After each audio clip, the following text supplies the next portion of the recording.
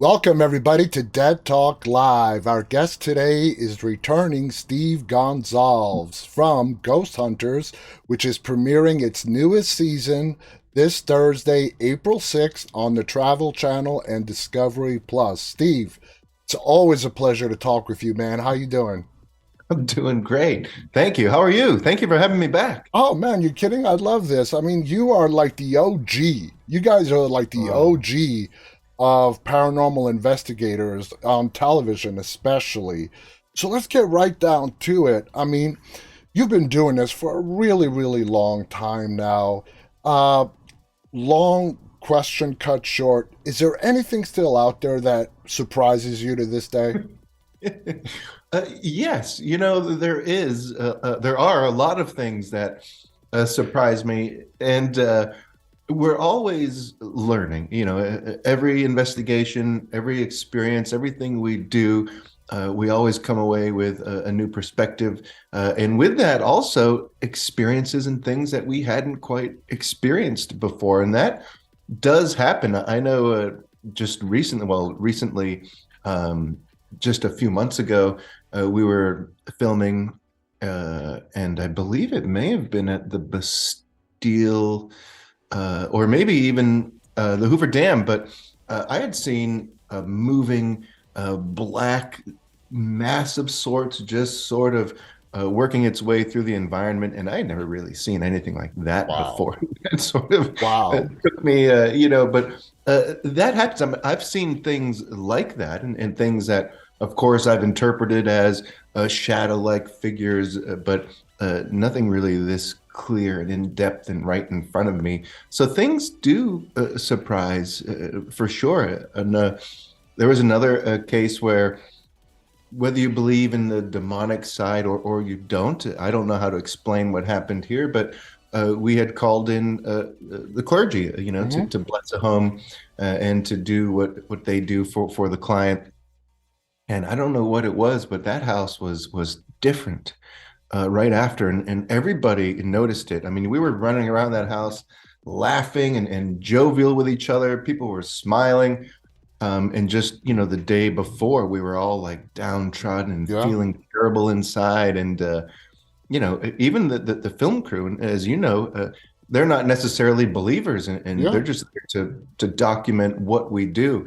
Luckily, most of them do believe in the afterlife and the paranormal, but those who don't, we saw them looking at each other like, what is going on? Yeah. This place feels like a different house, and I didn't expect that in such a turn of events so quickly. But yeah, things do still surprise me. Yeah. That's awesome. Now, this season 16. This is season officially season 16 of Ghost Hunters, correct?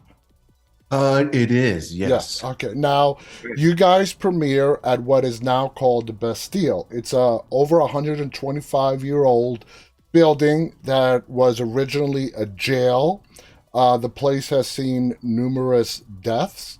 It has gone through numerous transformations over the years, from restaurants and so on. Now, when you first pulled up to the Bastille, what were your initial impressions, your feelings when you first looked at this very beautiful building, by the way?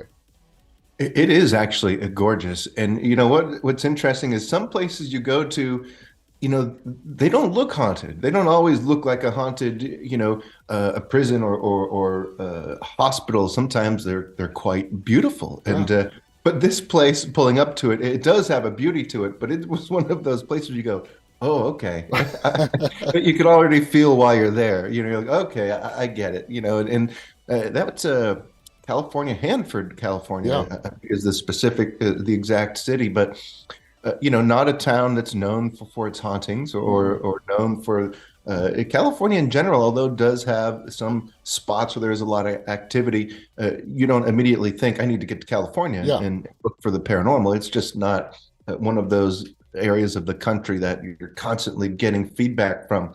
But this place just stood out. We're driving through like, oh, and one thing for us that is kind of a grisly thing is, the trauma of a place can work in our favor. The tragedy of a place can work in our favor, where death, that sort of thing, unfinished business, Hmm. the feelings of being wronged in life, all of that uh, works in our favor. And the Bastille had a lot of that Yeah, happening. yeah. And I think that carried over. I was surprised as the episode progressed how intense things got. Now you had several guests join you, Satori and Cody, who we know very well, and Chandler Riggs, who I've spoken to from The Walking Dead. We those of us who watched The Walking Dead watched him grow up from an 8-year-old boy to the man he is today. Great down to earth guy to talk to. What were your impressions of Chandler? I didn't even know he was a believer in the paranormal, so that was news to me. What were your thoughts on how he approached the situation, conducted himself, and was open to listening to advice on how to proceed and so on? Chandler was absolutely fantastic. I met Chandler for the first time. I think it was season 2 of Walking Dead. So maybe Yeah, 2010, 2011. He was a little nine fella or ten back year then. old guy. Yeah. Yeah, he was actually, we were at the same, I think we were in Atlanta, and his parents brought him over to meet me and say Hmm. hello. And I knew he looked familiar. I'm like, I know this. And I think it was the mom's like, do you ever watch Walking Dead? But even then, he had told me, he said, my favorite show ever. I love what you guys do. When I get older, he is older now, Hmm. much. He's a complete, Yeah. gentleman and a great person. But seeing that look in his eyes when he was younger and saying, when I'm older, I'm going to do what you do. He always had his eyes set on the paranormal. And, I've seen him grow up, not just on television, but we would run into each other and meet up every couple years and chat. And he's always had that interest. And I tell you what, he has always been one of the most polite, Oh yeah. nicest. I Absolutely. don't want to say kids because he's No, not a no, kid. He's a but when he was a kid, he was so sweet, and it's awesome to see that it's carried over into his adult years. He's just as awesome. But what was cool is how serious he took it. He yes, I really noticed that. wanted to learn, and he was really investigating. Sometimes people can just love and get so caught up in it. It seems that they're more along for the ride. To observe. Yeah. Exactly. And nothing against them. They just get, it's their first time experiencing this sort of thing, and it's wondrous to them, the paranormal thing. Yeah. But he jumped in as an investigator and was really trying to dig quite deep. And, I don't want to speak for him, but he did have some pretty intense experiences that I think may have, tuned up his interest quite a bit. Exactly, and we're going to get to one of those interests in a bit. Also, Satori and Cody. Satori is Jason's daughter, so we've seen Hmm. her for a while now. Now, watching Satori and Cody together, they have this amazing, unique way of investigating, and they come up with some evidence that makes you say, "Wow," you know. The joining of the hands, combining the energy, the alphabet, and they get names that never even pop up in your research.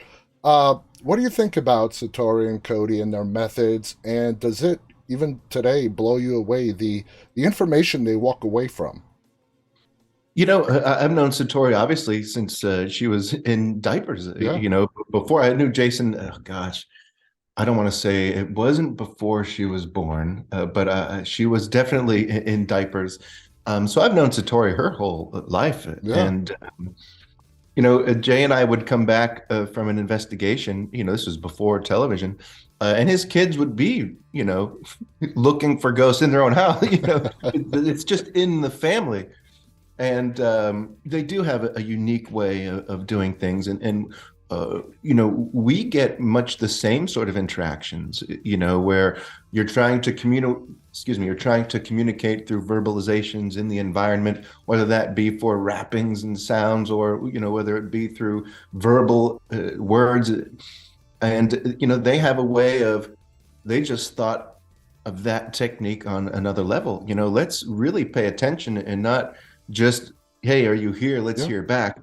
let's see if we can get them to spell out words. And you may not always see it, on the show, but they do try to work in patterns where maybe they'll, get them to say a certain letter 3 times in a row, that Yeah. sort of thing. So they're getting some interesting Hmm. uh, results with that. We look at it, as a team, as a tool in our toolbox, Yeah. and we like to cross-reference it with, scientific sort of data and of course, different things that will help bolster those results that they get. But I think it's quite fascinating, and they're great. I've known Cody as well for he was still a member of the TAPS home team. Yeah. Uh, so we've known him and his investigation styles for quite some time.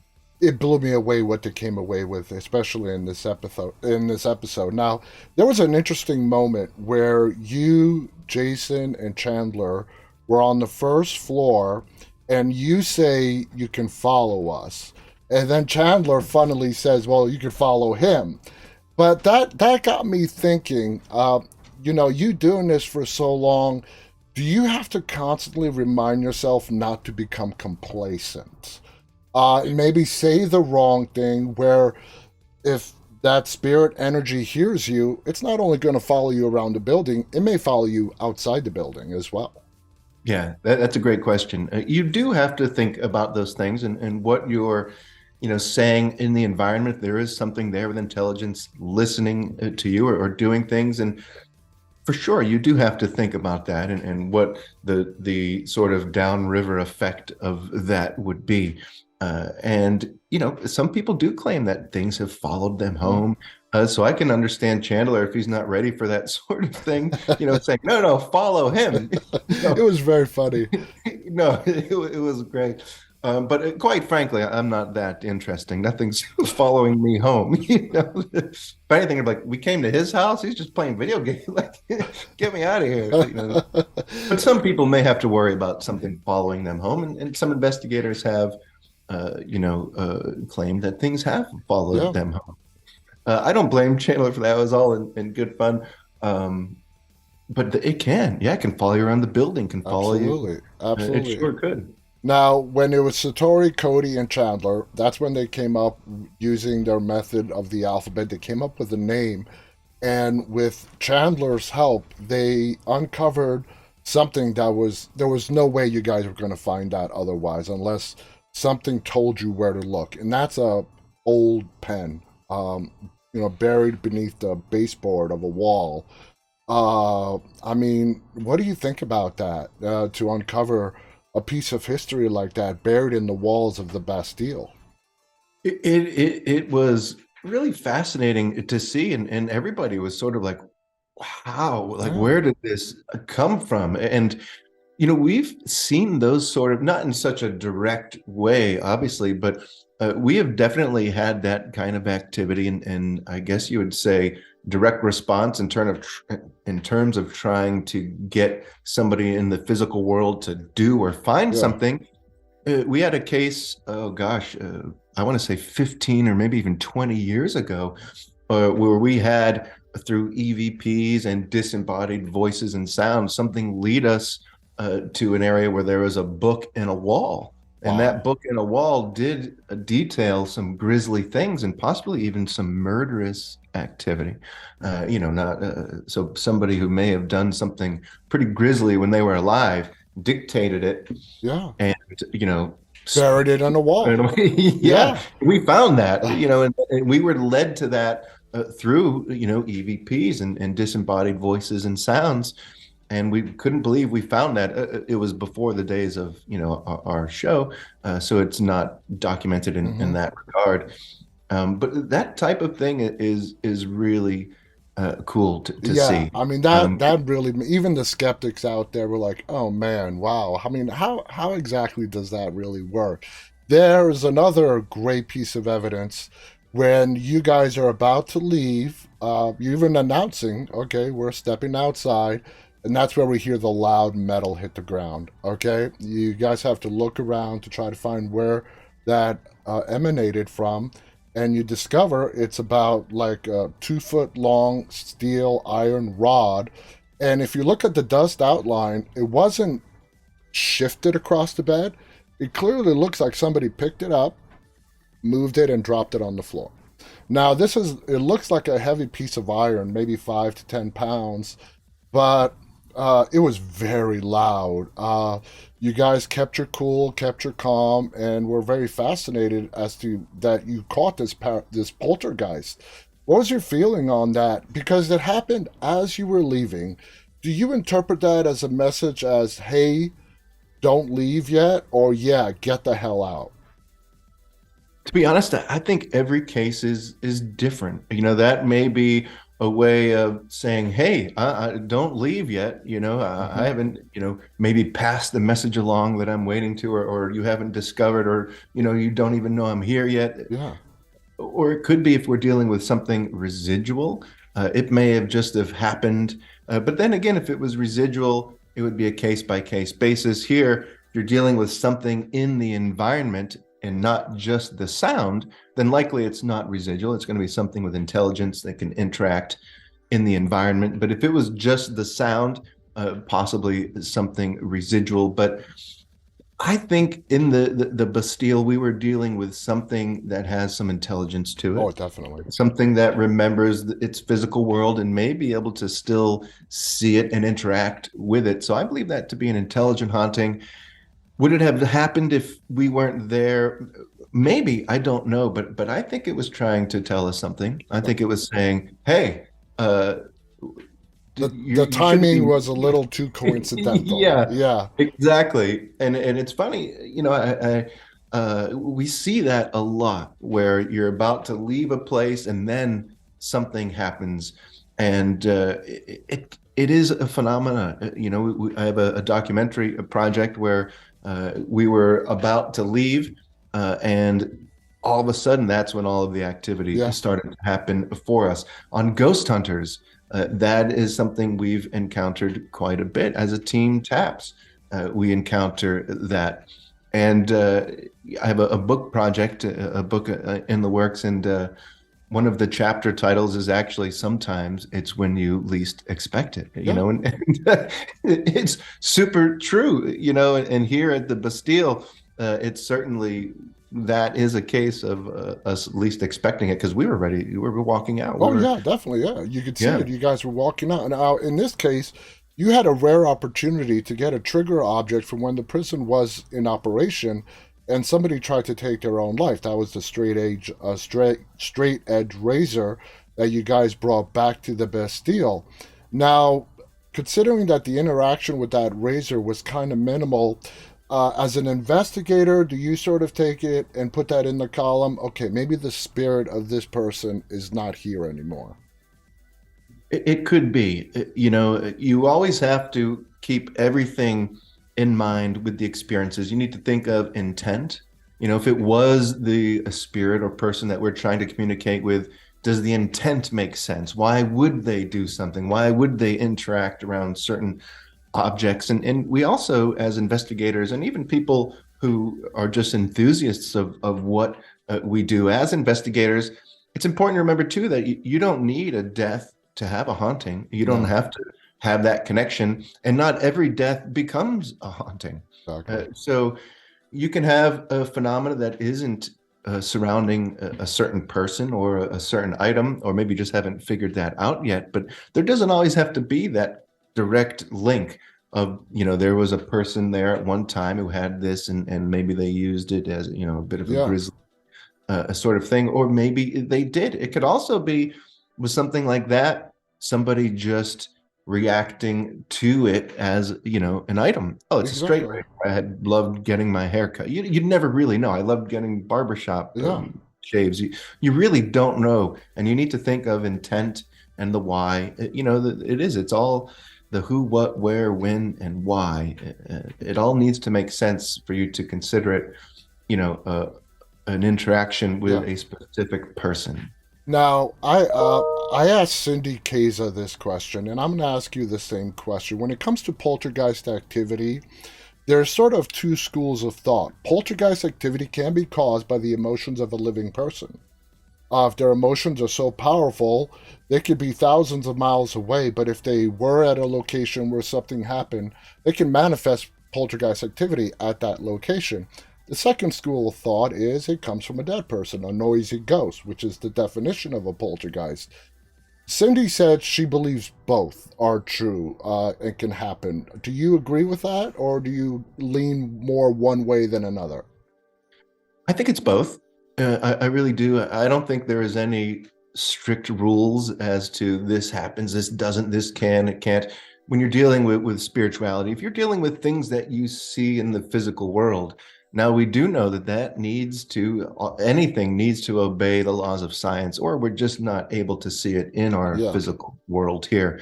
But the more even you learn about that, it's interesting. Science now, they could take two atoms that were once together and separate them, Hmm. like put them across the world. And they mirror each And, other. right. And they can do something to one atom and the other one reacts. Hmm. And it's just because they were next to each other at one point. And they have this, I think it's called connectivity Yeah. theory. Yeah. And, That is truly amazing. I mean, I know exactly what you're talking about, and that yep. blows. That's just that quantum physics of science. Just is it's hard for everyday people to wrap their minds around, but it does happen. It's been proven. Uh, what can we expect in this season of Ghost Hunters? Did you guys go to a lot of interesting places? We can see some cool stuff. How would you explain this upcoming season? It really, personally, I think it's some of our best investigations. We really were able to use a lot of different techniques because we're investigating places that we never thought we would be Hmm. investigating. Investigating the Hoover Dam. Uh, when you get there and realize the size of it, it's so daunting just thinking about how am I going to investigate this. And then hearing all the stories, all of the deaths. I mean, almost 100 people died during the building. Yeah. And that's just during the building of the dam. Think of what has happened there. And let's not forget, you don't always need trauma and tragedy. It can just be good times that people have had at places or a place that they felt very connected to. So we had a lot of potential there for activity. The Argonaut and Kennedy mines, those were really fascinating to investigate. And they were two mines that were rivals. They were on sort of the same property, but far enough away. And they were rivals and really fought against each other. But then there was a fire that trapped, oh gosh, I forget the exact number. I want to say it was about 30. Don't quote me, that could Yeah. be skewed, but they were trapped. And the two mines ended up coming together, and really the whole town did to try to save these Wow. trapped miners. Sadly, it didn't, Wow. happen. They all passed away. But they tried, and it became a whole thing where the city or town, whatever it was at the time, really came together, and it was a Hmm. learning moment, and for I think that whole area, That's and amazing. it That's was really amazing. really cool. But yeah, I remember Jay and I were investigating. I don't know if how much I should say, but I remember there was stories of, and this is really sad and grisly to talk about, but it's true. There is a story of a gentleman falling from a lookout at the mine. It may have even been a lookout for things like fire. Again, I'm speaking out of Yeah. turn. I don't quite remember the exact nuances. Um, and he fell to his death. Wow. And we did, all of a sudden, Jay and I heard what we thought sounded like somebody falling and Wow. hitting the ground, and sure enough, when we play back the audio, you hear those exact sounds. And it was really kind of, put stuck all our hairs on end. And Yeah. that's Yeah. something you'll be thinking about for a long time. And as much as we preach, not preach, but say, you shouldn't be necessarily scared of the paranormal. There's nothing to fear because it's not going to hurt you. There is some things that Yeah. are quite, there are, I should say, excuse me, there are some things that are quite scary, and Hmm. they can be scary. For us, we may get startled a little more so, but then we go after it and we get, intrigued by it. But even for us, it can be scary. And when you're encountering certain things, but we have some, you know, I hate to always talk about evidence, but we have some great evidence too this season. Between thermal evidence, we have a complete mapping, a scanner that is something that we can carry around with us, and it maps the environment and shows us anything that's moving within XLS, the yeah. environment. Yeah. Not SLS, no, Okay. not SLS. It is a LiDAR device Okay. using lasers and sonar, but it works so awesome. And we've been able to see things moving in the environment and say, there's something over there. We Uh, go over there and investigate a little more, and we get EVPs, we see things, we're here. So this has really been quite valuable, and we use it a lot this coming season. And I think people will really like that that device. sounds really excited. I'm looking forward to it. Before I let you go, I do want to ask you one question. You released a follow-up documentary to The House in Between. Yeah. I didn't know that was coming out. It caught me by surprise. I was just looking through the streaming networks, and I'm like, "Whoa, this is a part two." A great follow-up documentary. Do you plan on monitoring that house for a while more? You think there's more to be revealed from that house? I think so for sure. I mean, I don't want to say too much about what the current state of the house is. I'll leave Mm-hmm. that up to the folks over there.